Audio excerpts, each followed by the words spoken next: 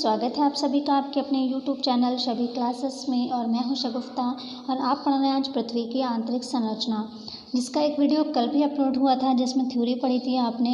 और आज के वीडियो में भी आप थ्योरी पढ़ेंगे और इसके बाद जो अगला वीडियो इसका आएगा उसमें आपको प्लेट विवर्तनिकी पढ़ाऊँगी मैं, जो कि वो भी बहुत ज़्यादा इम्पॉर्टेंट टॉपिक है। वहाँ से भी क्वेश्चन कई बार एग्ज़ाम्स में आए हैं, तो प्लेट विवर्तनिकी नेक्स्ट वीडियो में पढ़ेंगे हम।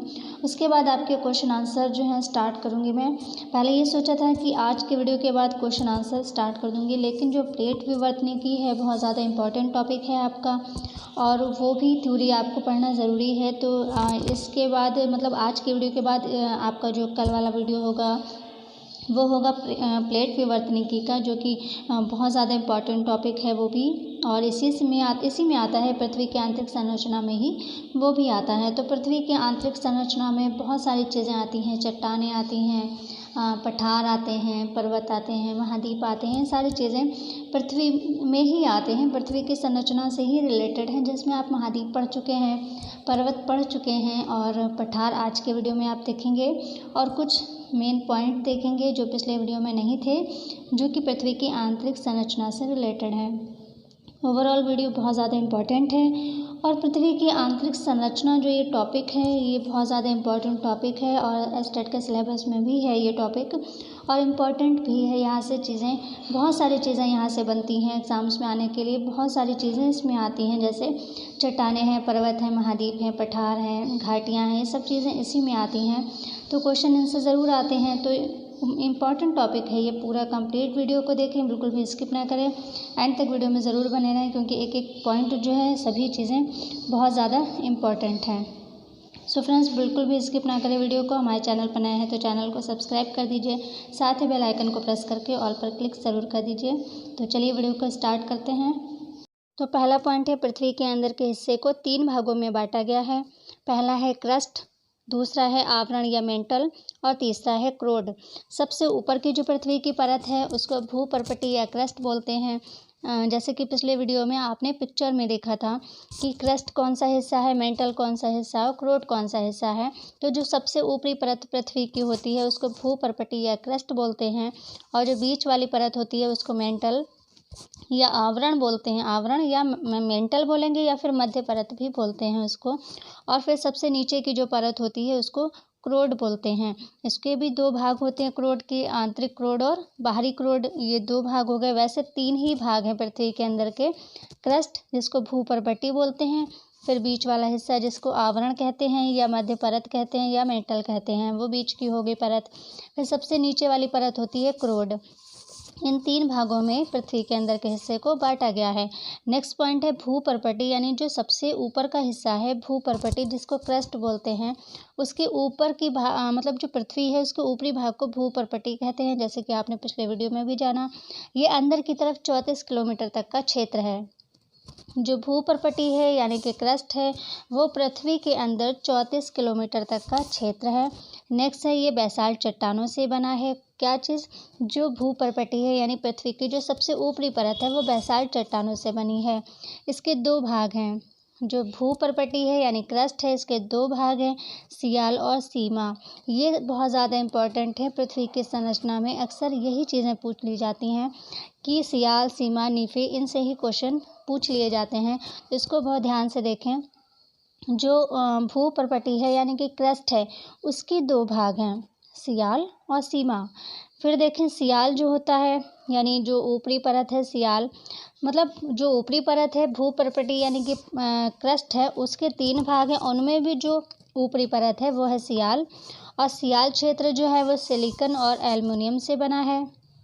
ठीक है, सियाल क्षेत्र जो है वो सिलिकॉन और एल्युमिनियम से बना है। सी से सिलिकॉन हो गया, और जो याल है वहाँ से एल्युमिनियम ले लीजिए आप। एल्युमिनियम में याल जैसी आवाज़ निकल रही है, तो आप इससे ध्यान रखें कि सी से हो गया सिलिकॉन और याल से हो गया एल्युमिनियम। ठीक है, तो सियाल किससे बना है? सिलिकॉन और एल्युमिनियम से बना है सियाल का क्षेत्र। नेक्स्ट है सीमा क्षेत्र।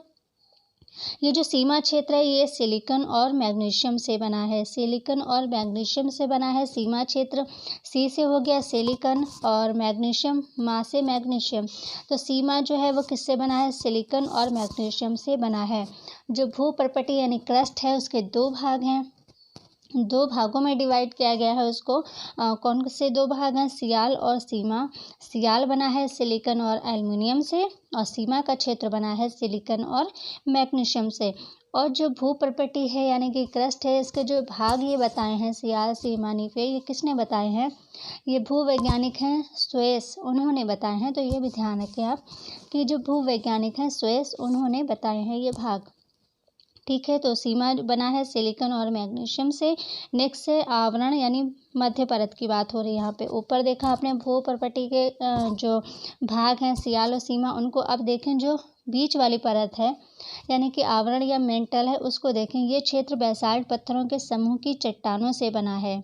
कौन सा क्षेत्र? मेंटल का क्षेत्र जो है यानी बीच वाली यानी मध्य परत जो है वो बेसाल्ट पत्थरों के समूह की चट्टानों से बना है। नेक्स्ट देखें, जो असंबद्धताएं होती हैं वो देखें, अलग अलग नाम होते हैं उनके कि कौन सी असंबद्धता किसके बीच में है और कौन सी सीमा क्षेत्र को कौन सी असंबद्धता कहते हैं, ये भी इम्पॉर्टेंट है। तो कोर्नाट जो असंबद्धता है वो ऊपरी क्रस्ट और निचले क्रस्ट के बीच के सीमा क्षेत्र को कोर्नाट असंबद्धता कहते हैं।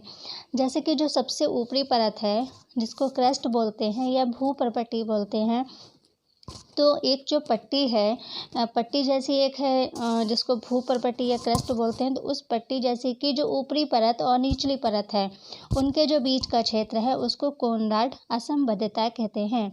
और ये क्रस्ट में ही होती है यानी कि भूपर्पटी में होती है। भूपर्पटी की ऊपरी परत और निचली परत के जो बीच का हिस्सा है उसको कोर्नाट असंबद्धता कहते हैं। नेक्स्ट है रेपेटी असंबद्धता। ये जो रेपेटी असंबद्धता है ये ऊपरी मेंटल और निचले मेंटल के बीच के सीमा क्षेत्र को रेपेटी असंबद्धता कहते हैं। जैसे भूपर्पटी या क्रस्ट की जो पट्टी थी उसके ऊपरी परत और निचली परत के बीच के हिस्से को कोर्नाट असंबद्धता कहते थे। इसी तरह जो मध्य परत है जिसको मेंटल बोलते हैं, तो मेंटल के भी ऊपरी परत और निचली परत के जो बीच का सीमा क्षेत्र है उसको कहते हैं रेपेटी असंबद्धता। फिर देखें गुटेनबर्ग, ये पिछले वीडियो में भी आपने पढ़ा है। गुटेनबर्ग असंबद्धता, ये निचले मेंटल और ऊपरी क्रोड के सीमा क्षेत्र को गुटेनबर्ग असंबद्धता कहते हैं। यानी कि जो बीच वाली परत है, मध्य परत है जिसको मेंटल बोलते हैं, उसकी निचली परत, ठीक है, मेंटल की निचली परत और क्रोड की ऊपरी परत, जो दो परतें नीचे वाली हैं, मतलब तीन जो परतें हैं भूपर्पटी, मेंटल और क्रोड। यहाँ पे मेंटल की नीचे वाली परत और क्रोड की ऊपर वाली परत, इनके बीच का जो क्षेत्र है उसको कहते हैं गुटेनबर्ग असंबद्धता। और यहाँ से इस तरह का क्वेश्चन भी आता है कि मेंटल और क्रोड को कौन सी जो परत है वो अलग करती है, तो वो गुटेनबर्ग असंबद्धता जो है ये अलग करती है या विभक्त करती है। ठीक है, नेक्स्ट है लेहमैन असंबद्धता। तो लेहमैन असंबद्धता जो है वो बाहरी क्रोड और आंतरिक क्रोड के सीमा क्षेत्र को लेहमैन असंबद्धता कहते हैं। जैसे कि पिछले वीडियो में आपने पिक्चर में देखा कि बाहरी क्रोड कहाँ पर है, आंतरिक क्रोड कहाँ पर है। तो जो बाहरी क्रोड और आंतरिक क्रोड के बीच का जो सीमा क्षेत्र है, यानी कि जो बाहरी क्रोड और आंतरिक क्रोड के बीच में एक जो परत बनती है उसको कहते हैं लेहमैन असंबद्धता। ठीक है, क्लियर है इतना। तो नेक्स्ट देखते हैं केंद्रीय भाग। केंद्रीय भाग जो है पृथ्वी के केंद्र के क्षेत्र को केंद्रीय भाग कहते हैं। जैसे कि नाम से पता चल रहा है केंद्रीय भाग, तो पृथ्वी के केंद्र के क्षेत्र को केंद्रीय भाग कहते हैं। ये क्षेत्र जो है निकेल और फेरस का बना है। जो केंद्रीय भाग है वो क्षेत्र जो है निकेल और फेरस का बना है और ये पृथ्वी के नीचे जाने पर, ये वाला ध्यान दें इस पॉइंट को, पृथ्वी के नीचे जाने पर प्रति 32 मीटर की गहराई पर तापमान 1 डिग्री सेल्सियस बढ़ जाता है। तो पृथ्वी के नीचे जाने पर प्रति 32 मीटर, ध्यान रखना है, ऑप्शन में अगर 32 फीट है तो उसको नहीं करना है, 32 मीटर होना चाहिए। पृथ्वी के नीचे जाने पर प्रति 32 मीटर की गहराई पर तापमान 1 डिग्री सेल्सियस बढ़ जाता है। अगर यहाँ पर कहीं पर घटता है लिखा है तो वो गलत होगा, क्योंकि तापमान 1 डिग्री सेल्सियस जो है वो बढ़ जाता है प्रति 32 मीटर की गहराई पर नीचे जाने पर जो है तापमान 1 डिग्री सेल्सियस बढ़ जाता है। यहाँ पर 32 मीटर ध्यान दें। ठीक है, नेक्स्ट है सबसे पहले पाइथागोरस नाम सुना होगा आपने सभी ने। सबसे पहले पाइथागोरस ने बताया कि पृथ्वी गोल है और ये आकाश में स्वतंत्र रूप से लटकी है। तो अगर पूछा जाता है सबसे पहले किसने बताया था कि पृथ्वी गोल है और वह आकाश में स्वतंत्र रूप से लटकी है, तो किसने बताया था? पाइथागोरस ने बताया था। नेक्स्ट है सर न्यूटन। जो सर आइजैक न्यूटन है, आइजैक न्यूटन ने बताया कि पृथ्वी नारंगी के समान है। सभी के अलग अलग मत हैं। पाइथागोरस ने बताया कि पृथ्वी गोल है और ये आकाश में स्वतंत्र रूप से लटकी है। सर आइजैक न्यूटन ने क्या बताया कि पृथ्वी नारंगी के समान है। फिर सर जेम्स जीन जो हैं उन्होंने क्या बताया कि पृथ्वी नाशपाती के समान है। तो ये अलग अलग मत हैं सबके। ये ध्यान रखें कि अगर पूछा जाता है कि ये किसने कहा कि पृथ्वी नारंगी के समान है, तो आइजैक न्यूटन ने कहा है। ठीक है, तो इसलिए इसको ध्यान रखें। नेक्स्ट है भूपटल की रचना सामग्री। तो भूपटल की रचना सामग्री में सबसे अधिक जो है वो क्या है? ऑक्सीजन, दूसरे स्थान पर सिलिकॉन और तीसरे स्थान पर एल्युमिनियम है। जो भूपटल की जो रचना सामग्री है, भूपटल की बात हो रही है यहाँ पर, तो भूपटल की जो रचना सामग्री है उसमें भूपटल की रचना में सबसे अधिक क्या है? सबसे अधिक ऑक्सीजन, दूसरे नंबर पर सिलिकॉन है यहाँ पर। ठीक है, सिलिकॉन, और तीसरे स्थान पर एल्युमिनियम है। ये तीन चीज़ें जो हैं इम्पॉर्टेंट है। बाकी और जो चीज़ें हैं वो थोड़ी थोड़ी मात्रा में है। तो भूपटल की जो रचना है उसमें सबसे ज़्यादा ऑक्सीजन, दूसरे पर सिलिकॉन और तीसरे पर एल्युमिनियम का स्थान है। फिर देखें जो पृथ्वी की संरचना है उसमें जो स्थल मंडल आता है, जल मंडल आता है, जैव मंडल आता है। तो स्थल मंडल, जैसे कि पिछले वीडियो में भी आपने स्थल मंडल देखा है, स्थल मंडल को कहते हैं लिथोस्फीयर। ये भी ध्यान रखें, कई बार आता है लिथोस्फीयर क्या है, और ऑप्शन देंगे जल मंडल, जैव मंडल, स्थल मंडल, कुछ भी ऐसे दे सकते हैं। तो लिथोस्फीयर जो है वह स्थल मंडल को कहते हैं, ये भी ध्यान रखें। लिथोस्फीयर स्थल मंडल को कहते हैं। इसमें भूपर्पटी या क्रस्ट यानी कि ऊपरी परत जो होती है पृथ्वी की, सबसे ऊपरी परत जो है वो, जैसे भूपर्पटी या क्रस्ट जिसको बोलते हैं, और उसके मेंटल जो है उसकी ऊपरी परत किस में शामिल है? स्थल मंडल में। भूपर्पटी पूरा इसमें शामिल है और मेंटल की ऊपरी परत शामिल है किसमें? स्थल मंडल में। यानी जो सबसे ऊपरी पृथ्वी की परत है भूपर्पटी, वो पूरी शामिल है स्थल मंडल में, और जो मध्य परत है मेंटल, उसकी ऊपरी परत शामिल है। ठीक है, जिसमें स्थल मंडल यानी लिथोस्फीयर में। अब देखें धरातल पर कहीं विशाल पर्वत है। मतलब ये चीज़ें तो आपने पृथ्वी की संरचना, जो आंतरिक संरचना उसके बारे में पढ़ी, पिछले वीडियो में भी आपने पढ़ी थी। आपके जो हैं जो मेन पॉइंट हैं वो कवर हो चुके हैं, और फिर जब आप क्वेश्चन आंसर देखेंगे तो उसमें और भी ज़्यादा आपकी चीज़ें क्लियर हो जाएंगी। तो अब देखें यहाँ से, धरातल पर कहीं विशाल पर्वत हैं, कहीं ऊबड़ खाबड़ पठार हैं, तो कहीं पर उपजाऊ मैदान पाए जाते हैं। महाद्वीप और महासागरों को प्रथम स्तर की स्थलाकृति माना जाता है, जबकि पर्वत, पठार, घाटी निचले स्तरों के अंतर्गत रखे जाते हैं। जो महाद्वीप और महासागर हैं उनको फर्स्ट पर रखा जाता है। जो धरातल पर जो चीज़ें पाई जाती हैं उनमें महाद्वीप और महासागर को प्राथमिक में रखा जाता है, यानी प्राथमिक स्थलाकृति हैं ये। और जबकि पर्वत हैं, पठार हैं, घाटी हैं, ये निचले स्तरों पे रखा जाता है, यानी सेकंड पर रखा जाता है। तो जिसमें से आप महाद्वीप, महासागर, महाद्वीप जो है ये पढ़ चुके हैं। महासागर के लिए जब ये टॉपिक ख़त्म होगा तब महासागर का टॉपिक स्टार्ट करेंगे, क्योंकि महासागर के जो टॉपिक है उसमें से भी बहुत सारे क्वेश्चन बनते हैं। महासागर के नाम भले ही ना पूछे जाएं, पर उससे बहुत सारी चीज़ें ऐसी हैं जो पूछी जा सकती हैं। तो वो टॉपिक बाद में स्टार्ट करेंगे। महाद्वीप आप पढ़ चुके हैं, पूरा कंप्लीट टॉपिक। पर्वत भी पढ़ चुके हैं। अभी हम पढ़ते हैं पठार। पठार देखें, साधारणतः अपने सीमावर्ती धरातल से पर्याप्त ऊंचे एवं सपाट तथा शीर्ष भाग वाले स्थल रूप को क्या कहते हैं? पठार कहते हैं। और पठार के नाम से जाना जाता, मतलब पठार कहते हैं। इनके निम्नलिखित 3 प्रकार होते हैं। मतलब पठार क्या होता है? अगर कहा जाए कि पर्वत और पठार में क्या अंतर है, तो पर्वत और पठार में ये अंतर है कि जो पर्वत होते हैं उनके शीर्ष जो होते हैं वो या तो गुंबद नुमा होते हैं, या फिर तिकोने होते हैं, त्रिभुज टाइप के होते हैं, नुकीले होते हैं। लेकिन जो पठार होते हैं उनका जो शीर्ष होता है वो समतल होता है। पर्वत जो हैं ऊंचे होते हैं, पठार भी ऊंचे होते हैं। ठीक है, पठार भी ऊंचे भाग होते हैं। मतलब जो वैसे जो भूमि होती है पठार उससे ऊंचे होते हैं, लेकिन जो उनके ऊपर का शीर्ष होता है वो समतल होता है पठार का, और पर्वत का ऊपर का शीर्ष जो है वो समतल नहीं होता है। तो जो पठार हैं वो 3 प्रकार के होते हैं। नंबर 1 है, मतलब पहले नंबर पे कौन सा है, अंतरा पर्वतीय पठार। अंतरा पर्वतीय पठार जो है, ऐसे पठार चारों ओर से घिरे रहते हैं। उदाहरण क्या है, तिब्बत का पठार, बोलिविया, पेरू इत्यादि जो पठार हैं वो अंतरा पर्वतीय पठार के अंतर्गत आते हैं। और यहाँ पर एक चीज़ ये ध्यान दें कि सबसे ऊंचा पठार अगर पूछा जाता है, विश्व का सबसे ऊंचा पठार कौन सा है, तो वह है तिब्बत का पठार। तिब्बत का पठार विश्व का सबसे ऊंचा पठार है, इसलिए इसको विश्व की छत या दुनिया की छत भी बोला जाता है, जिसको पामीर का पठार भी कहते हैं। तो अंतरा पर्वतीय पठार में आता है ये तिब्बत का पठार, जो कि सबसे ऊंचा पठार है विश्व का। लेकिन ये बहुत ज़्यादा इम्पॉर्टेंट नहीं है, इसमें बस आप ये ध्यान रखें विश्व का सबसे ऊंचा जो पर्वत है वो कौन सा है, वह है तिब्बत का पठार। ठीक है, नेक्स्ट जो 3 भाग हैं, तो पहला है अंतरा पर्वतीय और दूसरा है पिडमॉन्ट पठार। जो ये पिडमॉन्ट पठार होते हैं, ये उच्च पर्वतों की तलहटी में स्थित होते हैं, यानी जो ऊंचे ऊंचे पर्वत हैं, पहाड़ हैं, उनकी जो तलहटी में जो पठार स्थित होते हैं उनको पिडमॉन्ट पठार कहते हैं। जैसे पिडमॉन्ट जो एक पठार है वो है संयुक्त राज्य अमेरिका में, और दूसरा है पेटागोनिया, ये है दक्षिण अमेरिका में। ठीक है, नेक्स्ट है महाद्वीपीय पठार। महाद्वीपीय पठार जो है, ऐसे पठारों का निर्माण पटल विरूपणी बलों द्वारा जो है धरातल के किसी विस्तृत भूभाग के ऊपर उठ जाने से होता है। उदाहरण भारत के कैमूर, रांची तथा कर्नाटक के पठार जो हैं ये महाद्वीपीय पठार में आते हैं।